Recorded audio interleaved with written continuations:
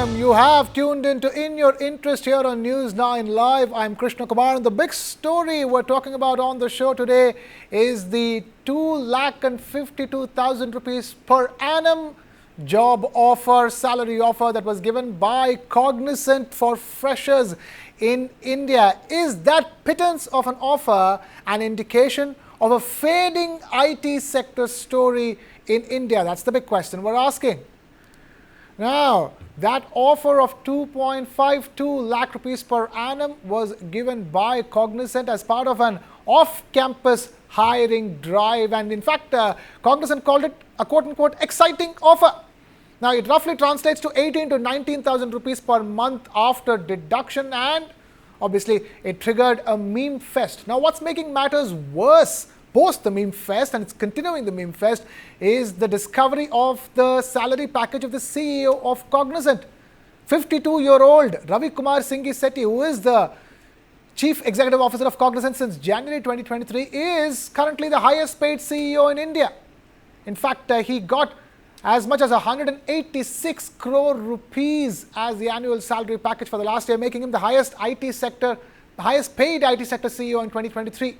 His salary is 556 times the median salary of Cognizant employees. This staggering disparity in income levels is what has got everybody talking. Now, recent surveys reveal that the average CEO salary in India is around 13.8 crore rupees, whereas for IT sector, the median pay for CEOs in IT services was nearly 50 crore rupees or 49.8 crore rupees. Sample this, the CEO of Infosys, Salil Parikh's salary is 700 times that of the median employee's salary in Infosys.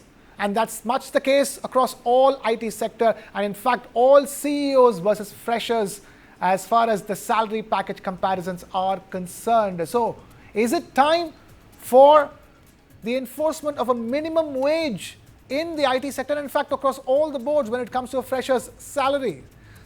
Let's find that out. We have some special guests joining us. Let's begin with Prabir Jha, distinguished HR strategist, founder and CEO of Prabir Jha People Advisory. Prabir, thank you so much for joining us. Pleasure talking to you as always. Look at that number. There is no way you can justify it considering the inflation levels that we're witnessing. Inflation in food, inflation in house rents, inflation in medical services, telecom. We've seen all our phone bills and data bills go up 2.52 lakh rupees per annum. That too from IT sector, that too from a premier American IT services and consulting services company. Very difficult to digest that, and you're seeing what's happening, especially the contrast with the CEO's salary. So, Krishna, I mean, it's very difficult to kind of absorb this because one is the substance and the business logic of it.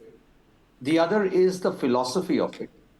And philosophically, you made some absolutely incisive points as part of the introduction. Where will it end? The growing differential between median and the CEO salary, between the min salary of an employee in a company and the max salary directionally of a CEO, it's a trend that is worsening. And while the answer is it's about paying for the relevant talent at the appropriate level for the requisite impact and responsibility, a market compensation, it actually begets the question of, is this philosophically right? Now, as far as this case is, not that I want to comment on a company or I know all the facts, because sometimes, what is mentioned often could be almost like a stipend, and there are many things which are taken care of above and beyond. I don't know, right? And there could be opportunities for people to take the offer or not take the offer. So, there is a demand-supply reality that if there are people who are still wanting to kind of enter such a company, get the brand name, maybe learn the few skills, I don't know. But my response is more philosophical, with the kind of pressures that the industry is in, and if therefore the compensation of entry-level resources of the kind you're talking about is getting compressed, what really explains CEOs actually getting higher and higher compensation? And that philosophically does not pass the smell test. So it's disturbing. But again, I for one don't know whether there's anything more than what one is getting, the 2.5 lakh number. And it'll be very interesting to see whether there are people of the right kind who are going to be applying for such jobs. I think the assumption is that they will get the right talent. My sense is they will not, because 2.5 lakhs is something that maybe a chauffeur in Mumbai is going to draw. So we'll have to wait and watch Right. what is the interest response of the relevant talent pool. The reason why this debate is getting stronger and stronger is because if you see since 2019, in the last 5 years, during the pandemic and post the pandemic, especially over the last 5 years, you've seen only the CEO's salaries, grow at an average of around 20%. And that's possibly because of how prices have gone up post pandemic of just about everything under the sun. Now the simple question is, why is it that only CEO salaries see a growth but other salaries don't? In fact, this current offer of 2,52,000 is the same that Cognizant offered 20 years ago. These fresher salaries seem to be stuck in a time loop, Prabir. It is, Krishna, it is, you're picking up a recent experience, but when I look back at my own executive life, this is a battle I've fought many a time. And it's the same pattern. It's not new. It's been there for a long, long time. It is the CEO whose salary is kind of, and he's laughing his way to the bank. And, whether it is downsizing, exiting others, etc. Organizations have been very merciless. I will be very, very honest. It's not been an easy thing. But the point has come, where does it end? Because the apathy, the indifference, and most important, the philosophical belief of the chief executive of a company to be making sure that his or her rewards continue to climb, but you suppress everyone's compensation down the line. It is very tragic. I, for one, again, as I said, I don't know, but I don't know what is the gamble that they are playing. Either they believe that in this demand-supply realities, in the kind of crisis the industry is in, maybe they'll get great talent, to come in at 2.5 lakhs. I would be very surprised. I don't know whether this is more for some of the IT-enabled jobs or it is for hardcore IT, cutting-edge skills. So in the absence of that, I can't comment on the 2.5 lakhs because, again, the price points for different skill sets are different. But what you're raising is what I think where my mind lies, that philosophically, is this what great companies, companies that people look up to should be doing? And at least I would not be very, very happy and convinced that this trend of executive compensation climbing and the compensation of the rank and file being reduced or possibly people being let go. This is not a trend which passes my sense of moral compass. Okay. The reason why I'm asking is that, is there something that's particularly going wrong in the way IT companies? IT companies are under pressure right now. All the talk when it comes to the job market is all about layoffs and hiring freezes. So in that sense, is there a problem fundamentally with the IT sector and its earnings, and that is the reason why this is happening? No, it is. And this is not unique to only IT. Every industry goes through its business cycles. And it is only fair to accept that, if the business cycle is going south, there is going to be a tightening of the belt. And in a company or in a space which is very heavily, from a cost perspective, manpower driven, manpower will be an area that they will want to kind of tighten. So I understand that and I respect it. And therefore, the issue of layoffs, the issue of so-called downsizing, right-sizing, and stuff like that, all of that we understand. I think if that were the case, like many, at least in the IT space, they've already moved to deferred increments. They've moved to quarterly variable payout so that it's more indexed to near-term performance. So all that I personally feel are okay. They are more aligned to the industry volatility. The question is, why does it happen only for the rank and file? And it could even be middle management. It could even be some from the senior management who may not have a job or may have reduced bonuses or reduced increments. The comment you're making is, why is it that the CEO's compensation continues to climb irrespective of performance? And that is really, to my mind, reflective also on the board's thinking. Have the boards really done their job, the fiduciary job of aligning senior or executive compensation to performance of the company? Is it only about making sure that the talent somehow stays? Is this such a big thing that, a company executive, who has joined is going to leave tomorrow morning just because you don't give him the kind of rise you're talking about? And these are issues of board governance, board philosophies, and the fact that is it, and this is not just IT. My only comment is you're raising it in the context of IT. I see it all across in all industries. It's the same story. And if a promoter were to do it, you would kind of blame the promoter for saying, okay, he's kind of got given himself a big hike, like some of the recent examples of revisions one read in the press. But professional CEOs by so-called independent boards getting this kind of a reward while you see a pattern of suppressed wages, I think is reflective of actually board governance and board practice. Okay. What do you think can be done at a stage like this? Because, one is you're talking about the 2.52 lakh offer, wondering who's going to take it up. But look at the way the job market is. Many would still be willing to pick it up. In fact, I was talking to another HR consultant and they were talking about the fact that this is an opportunity to enter an organization like Cognizant, to get trained by them and then have that on your CV as well. It looks like even this, there's going to be crowding around for this offer as well. So, I don't disagree. And in my opening comment, I made that observation also, that at the end of the day, there must be a gamble that the company is playing. Maybe there is a glut of talent. Maybe some money is better than no money. Some employment, some experience, some sense of being in a well-known corporate is better than working with an unknown entity. So there will be some people who I'm sure will still kind of say, at least I keep my skills alive. Right. So, I understand that. That's the reality of how the world is. The question is, how low would you as an employer go? Because please remember, these are situations which create, including in a sector called IT, unionization. We had never heard, many years ago about unions getting created in IT. It was all about pizza and the Cokes and, good life, opportunity to go abroad, learn new skills, and so on and so forth. Now there are unions, for IT professionals, which is shocking as a phenomenon. What do you think will happen when good times come? Good times for the employees. What happens? Will they actually stay? Will they jump ship? Will at that time companies start playing Santa Claus?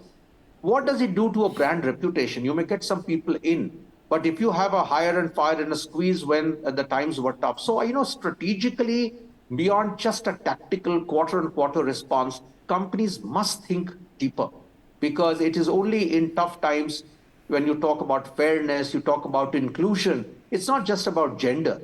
It's about practices like this. What about financial inclusion, financial wellness?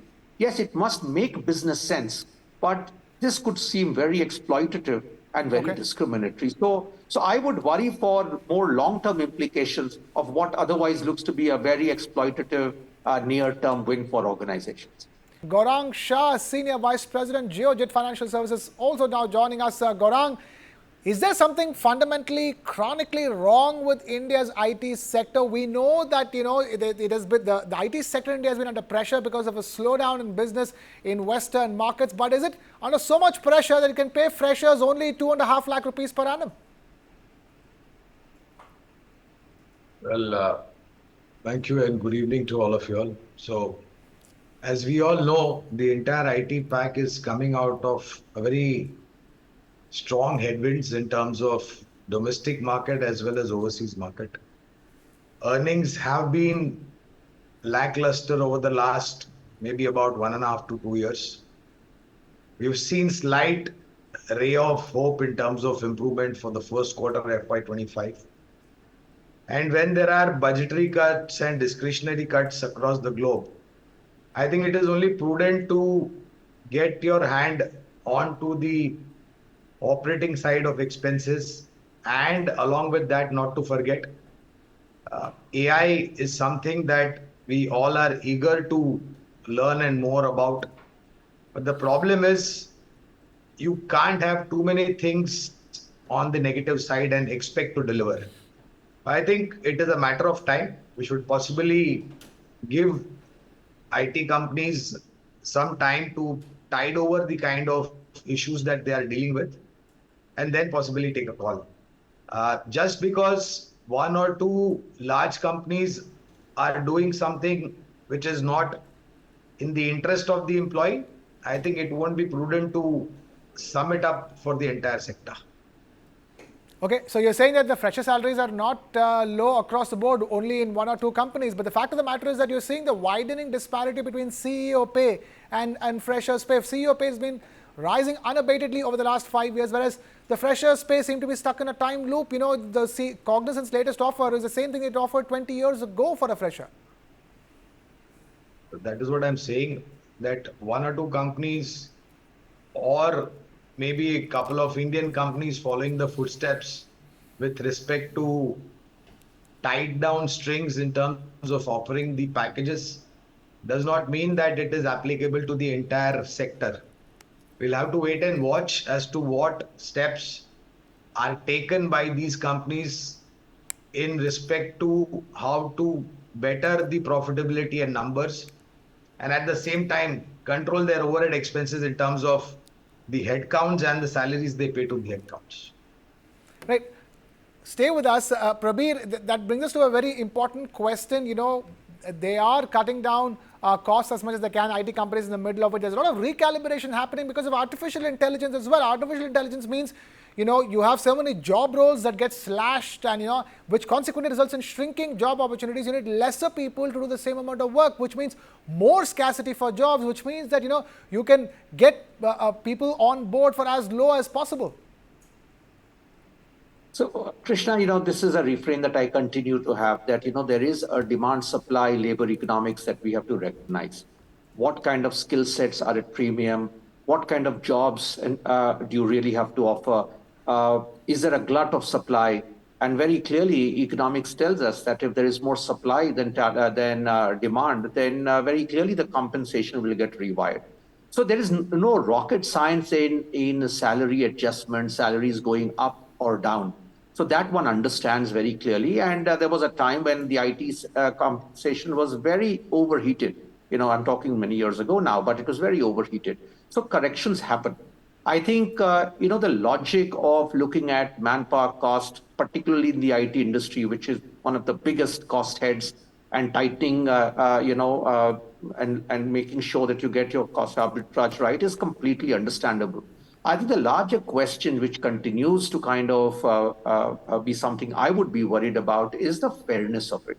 That you're doing it is fine.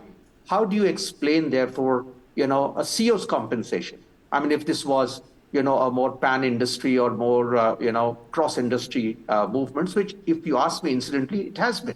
I mean, we are seeing growing differentials between the highest paid executive and the junior most employees. When it comes to downsizing, why is it that, just the rank and file are the people who get fired? Is the problem there? So, or is immediacy, or is proximity to power shapers, more important? So I would personally worry more about the philosophy and the practice of why you freeze compensation or why you do downsizing, because at the end of the day, everything must be above board. See, some people will get hurt, no one understands. But is there an operating logic of fairness in the decisions you take? You can't be overly buttering the CEO's toast while others are starving. I mean, that doesn't make sense at all. It's even if you were to say that the CEO delivered overall still better returns in a turbulent market and therefore must be rewarded, or competition for CEO talent is scarce.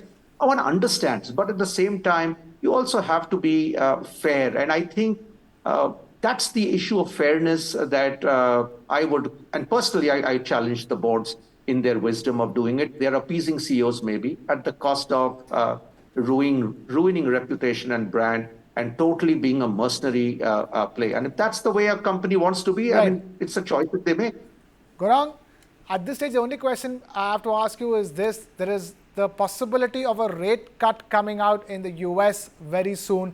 And if the rate cut does come, then discretionary spending by US and companies in the US could go up, which could mean better revenues for Indian IT companies. And would you say then that could possibly lead to a better hiring by Indian IT companies? So, rate cuts, possibly September is the time, what we've been told by the Fed chair. We'll have to wait and watch for the, quantum of that rate cut. And of course, it won't be immediately. These things take time to evolve over a period of time. So to expect that the rate cut will happen in the next day or the next week, budgetary cuts that were put in place will be back to normal or better than normal. I think this is a little bit wishful thinking. At Geojit, we strongly believe that second half of this financial year, that is from third quarter onwards, you are going to see improvement come through. That improvement, like I said, it's not going to be magical, but it will at least give you a sign of positivity. And from there on, we'll have to possibly evaluate how the situation has unfolded. Not to forget, Indian IT companies post the first quarter numbers. Some of the management have spoken about increasing the headcount. So let's wait and watch. I don't think we should jump the gun All right. on just maybe some instances. Okay, fair enough. We won't jump the gun. We will leave it at that. I'm afraid we've completely run out of time here on the show. Thank you, Gaurang Shah, Senior Vice President, Geojit Financial Services Limited, for taking time out to be with us here on In Your Interest. And of course, Mr. Prabir Jha, Distinguished HR Strategist, Founder and CEO of Prabir Jha People Advisory. Thank you, Prabir, for taking time out to be with us. And with that, it's a wrap here from my side. Thank you so much for watching. This is Krishna Kumar signing off.